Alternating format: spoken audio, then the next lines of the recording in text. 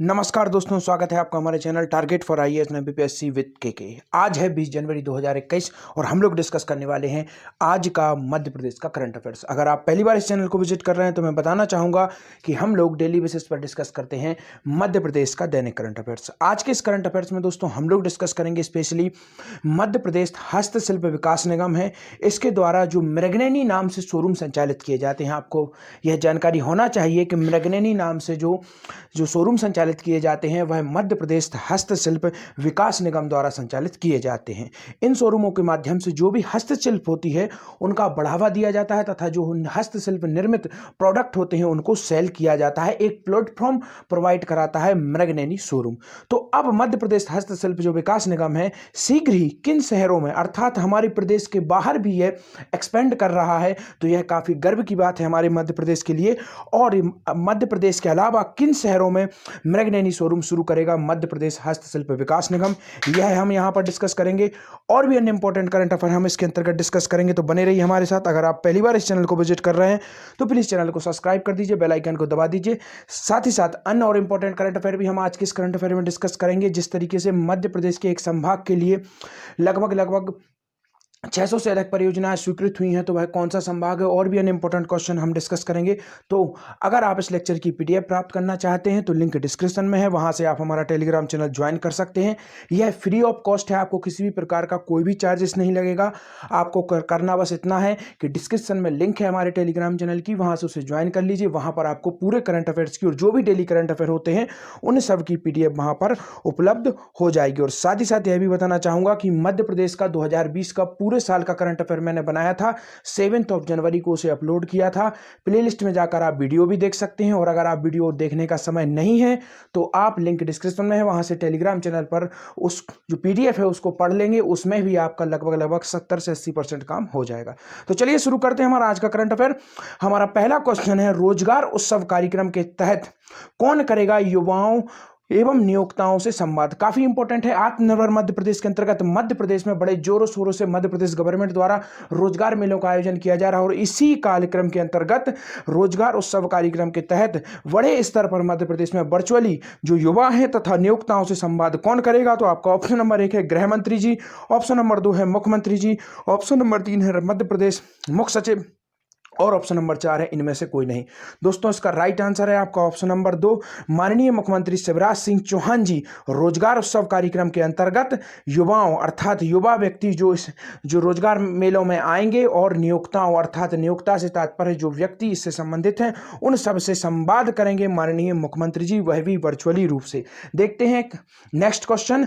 अभी हमने चर्चा की रोजगार मेले की, तो इस रोजगार उत्सव कार्यक्रम कब से शुरू होगा। काफी इंपॉर्टेंट है, ये बड़े स्तर से शुरू होने जा रहा है और माननीय मुख्यमंत्री शिवराज सिंह चौहान जी ही इसका शुभारंभ करेंगे। तो रोजगार उत्सव कार्यक्रम कब से शुरू होगा। तो आपका ऑप्शन नंबर 1 है 20 जनवरी 2021 से, ऑप्शन नंबर 2 है 26 जनवरी 2021 से, ऑप्शन नंबर 3 है 28 जनवरी 2020 से। दोस्तों यहां पर 21 है, गलती से यहां पर यह एरर है, यहां पर आपको 21 ही पढ़ना है, 2021 है यहां पर।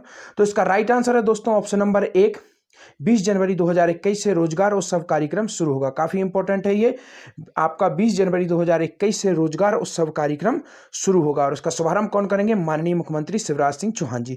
चलिए आइए देखते हैं पूरे रोजगार मेले से संबंधित क्या क्या इंपॉर्टेंट फैक्ट हो सकते हैं। मुख्यमंत्री श्री चौहान युवाओं और नियोक्ताओं से करेंगे संवाद।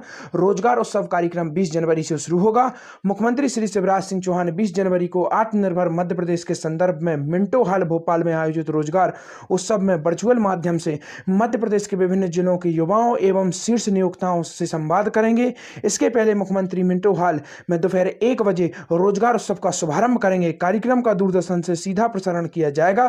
तकनीकी शिक्षा कौशल विकास एवं रोजगार मंत्री श्रीमती यशोधरा राजे सिंधिया विशेष अतिथि होंगी। तो कौन है तकनीकी शिक्षा एवं कौशल विकास रोजगार मंत्री, यशोधरा राजे सिंधिया। साथ ही साथ इस मंत्रालय के साथ ही साथ इनके पास एक और इंपॉर्टेंट मंत्रालय है, उसका नाम है आपका जो खेल विभाग है मध्य प्रदेश का, वह भी इन्हीं के अंतर्गत है। किसके अंतर्गत है, यशोधरा राजे सिंधिया का।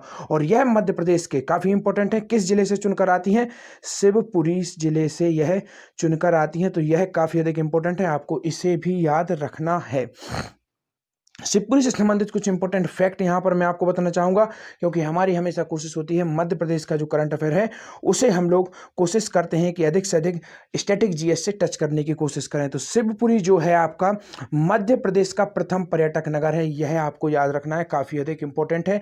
सिंधिया राजघराने की ग्रीष्मकालीन अर्थात जो गर्मियों का मौसम होता है उस समय की राजधानी भी शिवपुरी है, यह भी आपको याद रखना है। और इसी के बाद जब आप आगे जाकर देखेंगे माधव राष्ट्रीय उद्यान जो है वह कहां पर है, वह भी शिवपुरी में ही है। और सांख्य सागर झील भी कहां पर है, शिवपुरी में है। और सिंधिया राजघराने के वंशजों की समाधियां कहां पर हैं, तो वह भी दोस्तों शिवपुरी में है। तो यह काफी अधिक इंपॉर्टेंट फैक्ट थे शिवपुरी से संबंधित। चलिए आइए देखते हैं नेक्स्ट क्वेश्चन, काफी इंपॉर्टेंट क्वेश्चन है हमारा आज का। मध्य प्रदेश हस्तशिल्प विकास निगम शीघ्र किन शहरों में मृगनयनी शोरूम करेगा शुरू। जैसा कि मैंने शुरुआत में ही बताया था, यह मृगनयनी शोरूम हस्तशिल्प को प्रोत्साहित करने के लिए होते हैं, उनको एक माध्यम प्रोवाइड कराने के लिए होते हैं कि जिसके माध्यम से हस्तशिल्प का विकास हो सके तथा आर्थिक रूप से भी उन्हें फायदा मिल सके हस्तशिल्पियों को।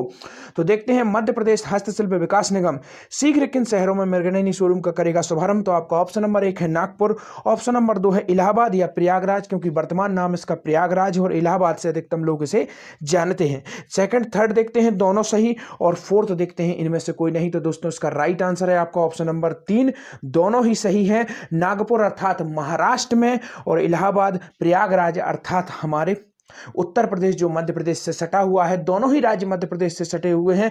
उत्तर प्रदेश से मध्य प्रदेश की सर्वाधिक सीमा लगती है और महाराष्ट्र से मध्य प्रदेश की सीमा उसके जो बाद में लगती है राजस्थान, और उसके बाद में फिर महाराष्ट्र से सर्वाधिक सीमा लगती है। मैं आपको यहाँ पर मध्य प्रदेश के मैप के माध्यम से कुछ बतलाना चाहूँगा। तो यहाँ से जो पूरा क्षेत्र आप देखेंगे, यह जो पूरा एरिया है यह पूरा यूपी का क्षेत्र लग जाता है।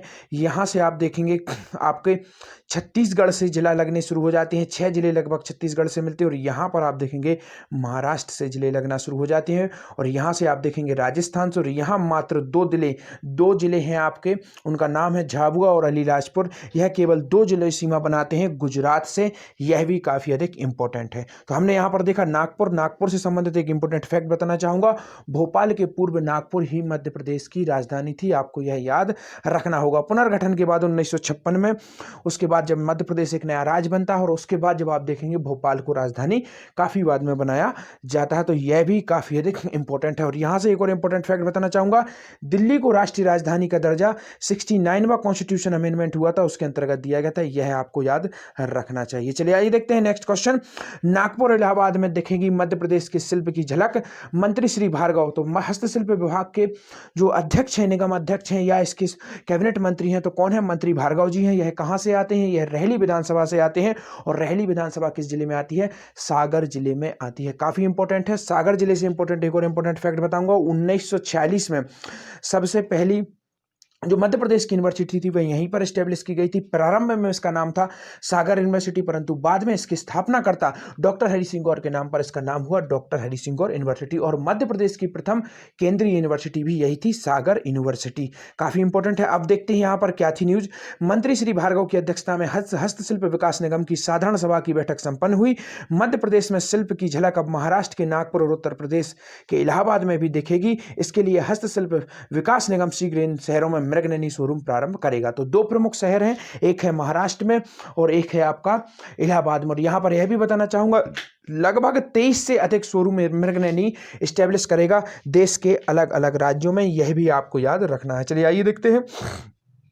जैसा कि शुरुआत में ही मैंने जिक्र किया था, मध्य प्रदेश का एक इंपॉर्टेंट संभाग है जहां पर लगभग 672 ग्राम पंचायतों में भूजल स्तर में वृद्धि की कार्य योजना बनेगी। तो मध्य प्रदेश के किस संभाग की 672 ग्राम पंचायतों में भूजल स्तर की में वृद्धि की कार्य योजना बनेगी। तो आपका ऑप्शन नंबर 1 है सागर संभाग, ऑप्शन नंबर 2 है ग्वालियर संभाग, ऑप्शन नंबर 3 है जबलपुर संभाग और ऑप्शन नंबर 4 है उज्जैन संभाग।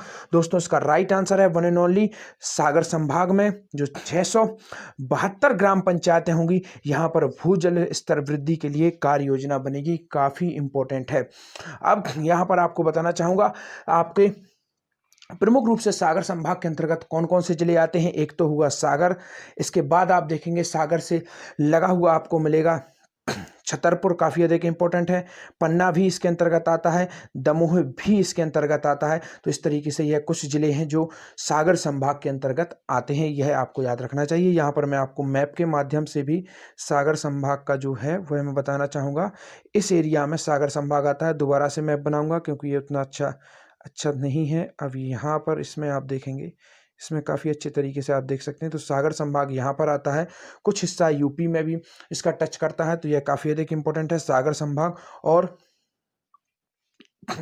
ये है, आप देखेंगे टीकमगढ़ भी इसी के अंतर्गत आता है, पन्ना भी इसी के अंतर्गत आता है, आपका छतरपुर भी इसके अंतर्गत आता है, और अभी निवाड़ी नामक नया जिला बना है वह भी इसी के अंतर्गत आएगा। तो यह सब आपको याद रखना होगा। सेकंड देखते हैं, आपका सागर संभाग से संबंधित एक और इंपॉर्टेंट फैक्ट आपको बताना चाहूँगा।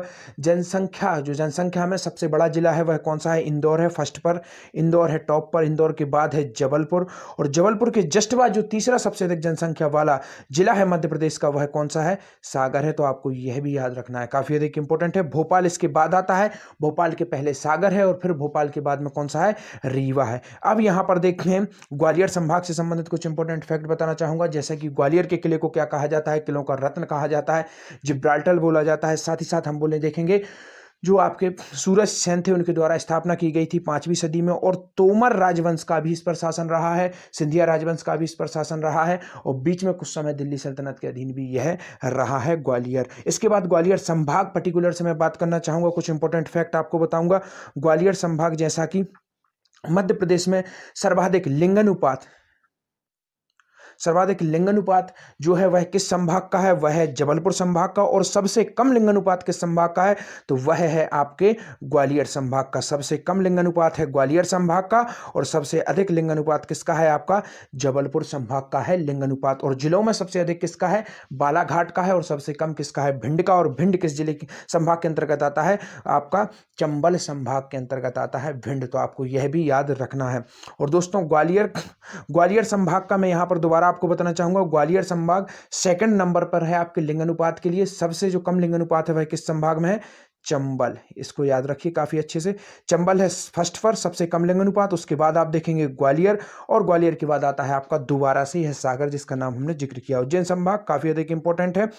यह जो पूरा क्षेत्र है महाकाल नगरी के नाम से जाना जाता है। प्राचीन काल में इसका नाम अवंती था, और अवंती दो भागों में बटी हुई थी, उत्तरी अवंती और साथ ही साथ दक्षिणी अवंती। उत्तरी अवंती, जो अवंती की स्थापना किसके द्वारा की गई थी? है वंश के एक राजा थे, अवंती उनका नाम था, उनके द्वारा इसकी स्थापना की गई थी। तो यह भी आपको याद रखना है। तो चलिए आइए दोस्तों देखते हैं क्या है पूरी न्यूज। सागर संभाग की 672 ग्राम पंचायतों में भूजल स्तर में वृद्धि के लिए कार्य योजना बनेगी। जल अभियान परिषद एवं अटल भूजल योजना के स्टेट प्रोजेक्ट मैनेजमेंट के मध्य हुआ करार। भूजल संकट से प्रभावित सागर संभाग के 6 जिलों के 9 विकास खंडों में 672 ग्राम पंचायतों में अटल भूजल योजना के तहत जन भागीदारी से भूजल स्तर को बढ़ाने के लिए ग्राम स्तरीय जल सुरक्षा योजना के तहत मध्य प्रदेश जन अभियान परिषद ने एक कार्य योजना तैयार करेगी। तो यह था इंपॉर्टेंट। जैसा कि डेली बेसिस पर पूछता हूं मैं आप लोगों से क्वेश्चन, कल मैंने आप लोगों से पूछा था कि चतुर्भुज मंदिर जो यशोवर्मन निर्मित चतुर्भुज मंदिर है वह कहां पर है दोस्तों? तो वह खजुराहो में है। काफी अधिक इंपॉर्टेंट है। यह चतुर्भुज मंदिर भगवान विष्णु को समर्पित है। यहीं पर कुछ और इंपॉर्टेंट मंदिर है, जैसे कि कंदरिया महादेव, उसका निर्माण किसके द्वारा किया गया था? विद्याधर जी के द्वारा किया गया था। इसके अलावा आप देखेंगे वहीं पर मिलेगा आपको 64 योगिनी मंदिर, और 64 योगिनी मंदिर से काफी इंपॉर्टेंट फैक्ट है दोस्तों, काफी लोगों को डाउट होता है। मध्य प्रदेश में 2 64 योगिनी मंदिर हैं। दोबारा मैं बताना चाहूंगा, 2 64 योगिनी मंदिर हैं। एक है आपका खजुराहो वाला, जिसको मैंने अभी यहां पर बता दिया आपको, यह खजुराहो वाला काफी अधिक इंपॉर्टेंट है। और एक आप देखेंगे सेकंड इंपॉर्टेंट है, एक है जब आप कभी भी इंटरनेट पर सर्च करिए या कहीं पर भी सर्च करेंगे आप, तो आप पाएंगे एक आपको मिलेगा जबलपुर में। तो जबलपुर वाला भी काफी अधिक इंपॉर्टेंट है। जबलपुर का यह जो मंदिर है कंदरिया महादेव का, ऐसे कलचुरी वंश के राजा थे एक, उनका नाम था युवराज, इनके द्वारा इसे स्टेब्लिश किया गया था। जबलपुर वाला है। तो 2 आपके हैं, एक चंदेल वंश द्वारा निर्मित था और एक यहां पर था। तो दोनों को आपको अच्छी तरीके से याद रखना है। चलिए आइए, आज का हमारा क्वेश्चन है, ओरछा रियासत के संस्थापक कौन थे? रुद्र प्रताप सिंह, यशोवर्मन, महेंद्र वर्मन, इनमें से कोई नहीं दोस्तों। जरूर आप इसका आंसर दीजिए कमेंट सेक्शन में जाकर, और अपनी पीडीएफ लेना ना भूलें, फ्री ऑफ कॉस्ट है। लिंक टेलीग्राम चैनल की डिस्क्रिप्शन में है, वहां से आप उसे ज्वाइन कर सकते हैं।